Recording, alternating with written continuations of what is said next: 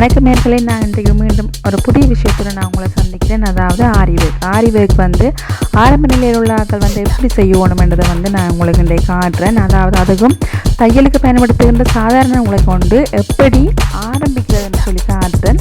தனி நூலை பயன்படுத்தி, அதாவது இரட்டை நூல் இல்லாமல் தனி நூலை பயன்படுத்தி எவ்வாறு ஆரி ஒர்க் செய்கிறேன்னு சொல்லி உங்களுக்கு நான் முதலாவதாக காட்டுகிறேன். ஆரி ஒர்க் செய்கிறதுக்கு ஒரு கொக்கி போன்ற ஒரு ஊசி இருக்குது. அதைத்தான் நாங்கள் ஒவ்வொரு காலம் குத்தி எடுப்போம். குத்தி எடுக்க கீழே நாங்கள் ஒவ்வொரு காலம் குத்தும் போதும் அந்த நூலை நாங்கள் கொழுவி விடுவோம்.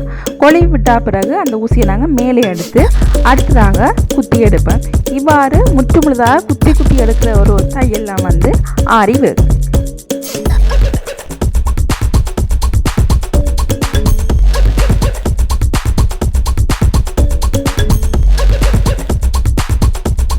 இந்த மூளை பகுதியை திருப்பும் போது மட்டும் நாங்கள் கொஞ்சம் கவனமாக இருக்க வேண்டும். அதாவது சரியான 90 பாகைக்குரிய திருப்பம் எல்லாருக்கும் வராது. அதாவது ஒரு பழக்கத்தின் மூலமே அதை நாங்கள் கொண்டு வரலாம்.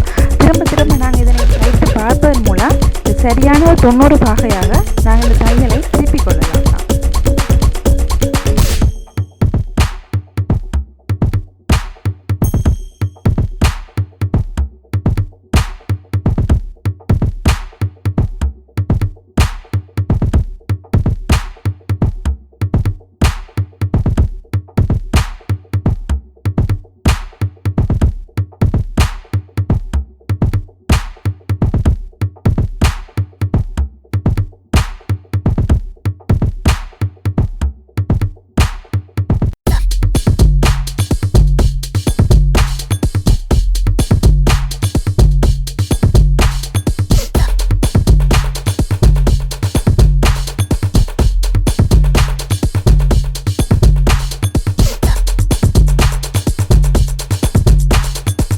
தையல் நிறைவுற்றது நாங்கள் இறுதியாக கட்டுப்பட வேண்டும். அதாவது ஆரி ஒர்க்கில் தச்சு கொண்டு வரும்போது ஒரு வளையத்தினோடு இன்னொரு வளையத்தினை கொழுவி எடுப்பதன் மூலம் அந்த ஒரு வளையத்தை மேலே இழுப்பதன் மூலம் மற்ற வளையம் இறுக்கி பிடிக்கும்.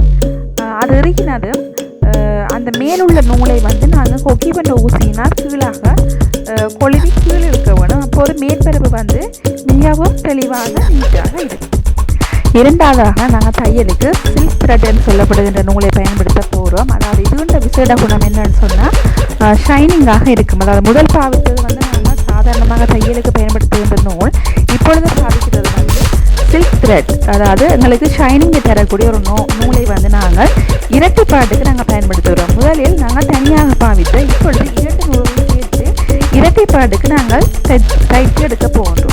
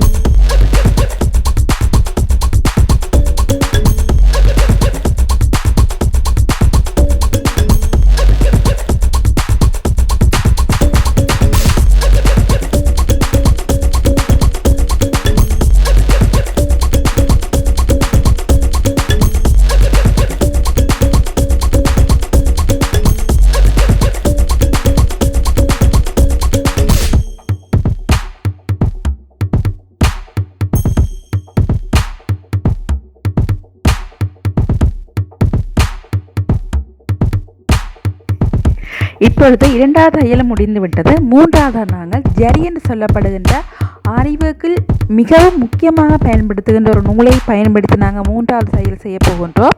அதாவது ஆரி ஜரி என்று சொல்லப்படும். அதாவது இது பொன் நிறத்தில் இருக்கும், நல்ல மினுமினுப்பாக இருக்கும். இதை நாங்கள் தனி நூலாக மட்டுமே நாங்கள் பயன்படுத்தி கொள்ளலாம்.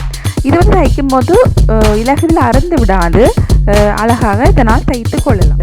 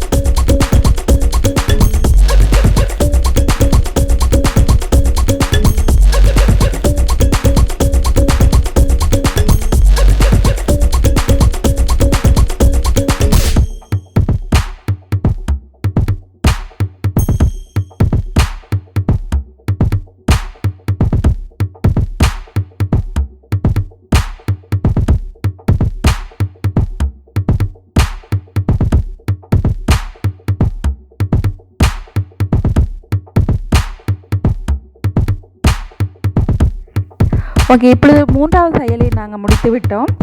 கட்டு போட்டு கொண்டிருக்கின்றோம். இந்த வீடியோ உங்களுக்கு பிடிச்சிருந்தால் நீங்கள் லைக் பண்ணுங்கள், ஷேர் பண்ணுங்கள், ஆரோக்கியமான கருத்துக்களை நீங்கள் முன்வையுங்கள்.